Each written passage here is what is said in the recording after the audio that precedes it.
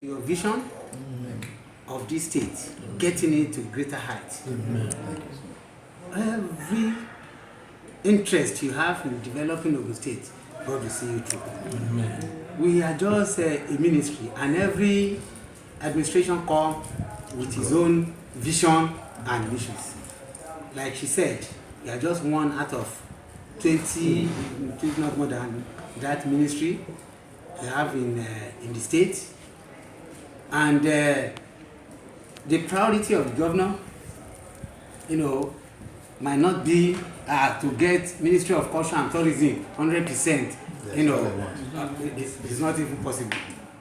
You have works, you have this, you have that, what people will feel. And we are trying in our own capacity. Sorry. Chairman, for me 10 minutes more.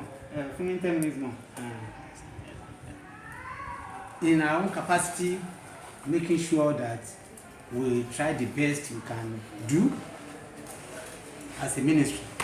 That we repay our now higher than how we met it. That is our own focus too. And with people like you, I will believe, at least we'll get to that point. We want to appreciate you on this. And like I said, God will back you, God will go with you, God will continue to be there before you and speak for you, that this will come to limelight, so that you have that name that it is during my time that this come to be. And we were at Ijemo Rock. It is a very massive rock that she climbed up to the top. That day, mi ò mọ̀ tí mo bá lọ bẹ̀ pé bóyá kúta kan tún wà tó tún yàtọ̀ sólúmọ. So we were there and we were carried away. But we have also prepared our report. But this administration have just 3 years and few months to go as an administration. But the ministry remain. I will come, I will go, but the ministry remain. For another administration that will come, our prayer is that continuity that Ogun has never witnessed before since 1976, will break the chains this time around. That governor will be able to say, this is my successor, and people will give that to, so that he can continue from where he stopped. So that whatever we are unable to accomplish during our own tenure of time, that person will take it up. And that is where we can be able to talk of this. We are talking of Lagos today is because of continuity that is in Lagos State. That governor have his own agenda in Lagos State. It is the state agenda we came to as we are coming. But here in our state, different governor with his own agenda, different administration with his own agenda. But God is in His evilness will lead us to, to that, line very soon, so that we can also get to the state, developed to the standard of our choice. Like you request, we are ready to work with you. But the greatest challenge that we are facing, that we want you to assist us, is what PS have just mentioned: partnership. We are ready for I don't know the kind of MOU you must have been having with previous administration. That probably after the whole thing, it won't work out. If we get someone that is ready to take up one of these projects that we're talking of, I bet you, governor is very passionate about it. He is ready to sign that MOU for you, that nothing will happen even when he leaves that office.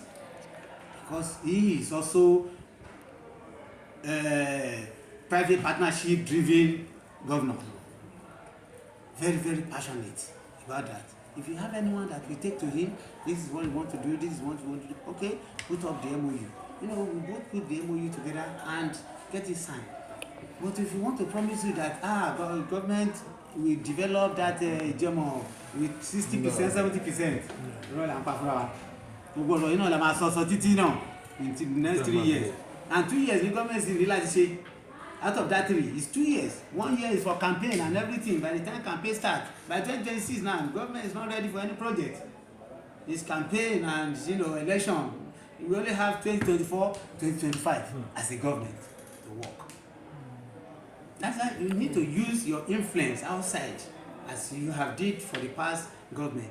Also bring up something that will really assist this ministry, and we will stand by it and making sure that yes, we have a very solid agreement, very solid MOU, that once that job is get done, whatever the MOU says, will be followed to the letter. Because we don't have, as a ministry, we don't have capacity, financial capacity at all. We can't stand on our own as a ministry. We want to spend 5 million. We are not. We don't have it. We are not looking for fund when it comes to Ijemo Rock. We are looking for the government support policies and endorsement. Yes, for it. For example, how do you widen the road? You mentioned about creating another access. That will not work. Okay. I was against it. I kicked against it. I said the beauty of that rock is coming from where it is possible. Okay. I should have struggled no matter What will now happen to the churches? The churches. We will accommodate them. They are part of it. Okay. They will not go anywhere. Okay. There will be gates there, and they will have a pass for all their members. Okay. They can always go in once they have a pass. Okay. It's like people living in Staten Island in New York. Bridge, to cross that bridge is about $16. But if you live in Staten Island, which is part of the 5 boroughs of New York, you don't have to pay. But once your car is registered that you live in that area, you don't. So their members will get a card to go to their church and pass through the gate. They don't have to pay. So we but our tourists will not also pass through their own compound. We will create a channel. channel through church. In other areas. But whether you need the support the government so that the matter they won't fail. No, why not? No. In fact, it's part of the history of that area. I felt why you say you go back, go exercise, go to learn. Rock, yes, sir. No, there are one between your person. Why am I expanded? So you give you 3 feet by them. Okay. I beg you to see one day, see to one sitting your lane. Then my chicken, the motor is big. I say, go there, see, I share. Yeah, they move from family and we are winning. But from every selected area, there are pillars of history. Where you have to sit down and read something about and then you move and then to read. I face what he said hotel, but I face a lot of problems because it's a national monument. I'm a Babuba Lati Abuja, I'm actually many Ekuku one day.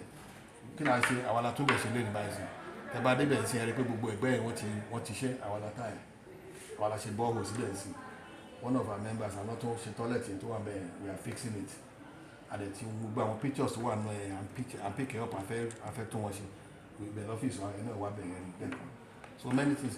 It will have to go here, but in what you just see 20,000 Africo, got ITD, like you long. We just heritage loans on board and don't take care. We are not being paid for that, but it's just a $1 Tabasco for not for that. Why should they want to? A lot of things are more long fashion. I beg get anything. Where you want them, don't you worry. Because I don't love Nigerians. No, not at all. But to complain long, their heart is here. It's back home. I beg get it's back here. They want to. That's why they say how many? $27 billion only one ship will allow to overseas in 1 year alone. Because you have somebody, you have to send money home, you have to do this, you have to do that. I went there, so what you call you on back there. Our Hispanics, what you call you on until them. The Nigerians in Goloro today. I beg get it. So all these things are there. But I said I would love to meet with the government if you can arrange the meeting for us before, because I'm here until the end of the month. So that we can, yes. Okay. We'll be glad to have a letter from you. Yes. Then we will put a cover note to the governor. And if we can do that, maybe talk about there, we can convince him more because it's a decision. There's a lot for him. There's a lot to talk about being Ghana in terms of Ijemo Rock today.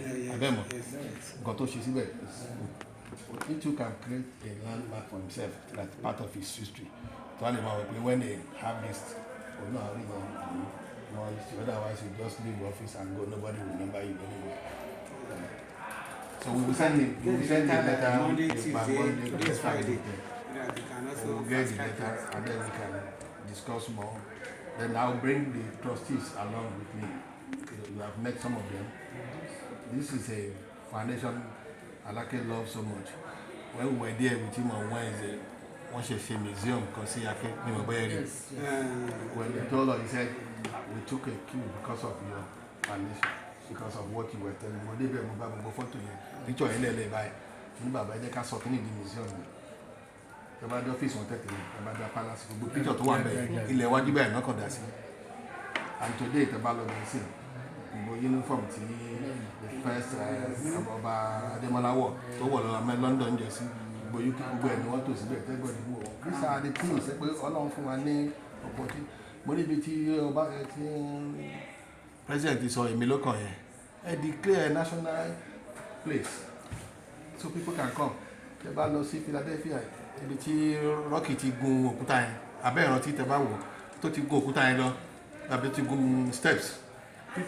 Just a movie star. Ṣé o mọ ewo movie yẹn Rocky? Sylvester Stallone. Sylvester Stallone. Òkúta tó sáré gun step tó gun yẹn. Today people still go there. Just to go and àwọn náà sáré gun kí ni ẹ̀ bó ṣe gùn. Wọ́n dẹ̀ gbé èrè ẹ̀ statue ẹ̀ síbẹ̀ táwọn èèyàn wò. Ibi tí President declare Ijemo Rock yẹn. It's a place of history. So you can declare, take care over.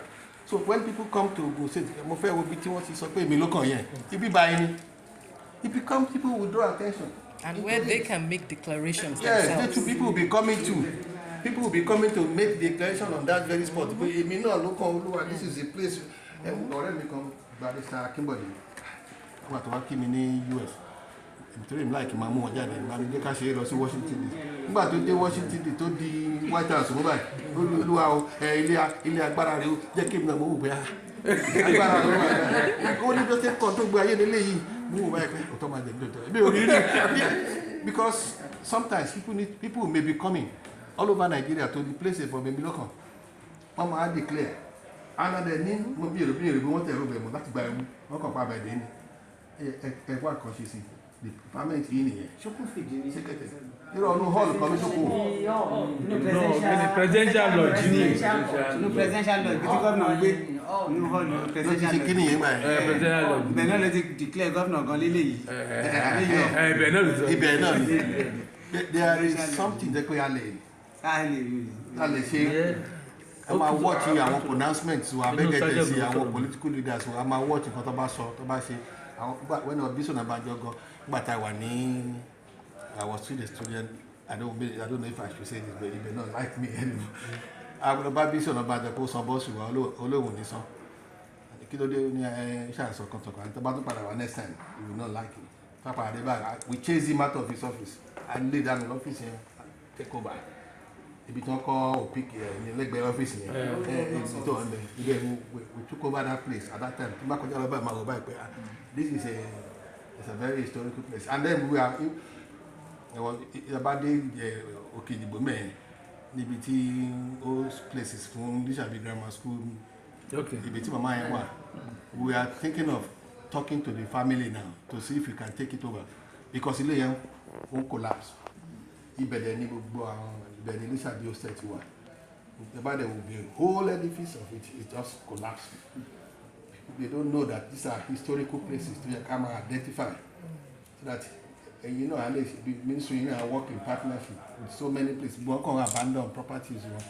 You buy me in there, I can do it. The poor man will